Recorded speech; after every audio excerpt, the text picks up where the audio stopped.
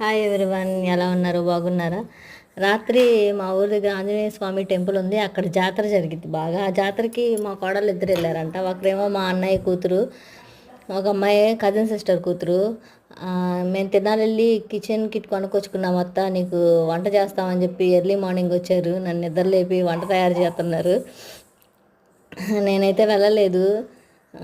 మా పిల్లలిద్దరూ ఇద్దరు ఇక్కడ లేరు, మా పాప మా బాబు అని చెప్పి నాకు ఇంట్రెస్ట్ అనిపించలేదు, నేను వెళ్ళలేదు. ఆ దేవుడు ఏ బంధాన్ని ఎలా కలుపుతాడో నాకు తెలియదు, కానీ ఈ బంధాన్ని మాత్రం, అత్తాకోడల బంధాన్ని మాత్రం సమ్మర్ టైంలో బాగా కలిపాడు.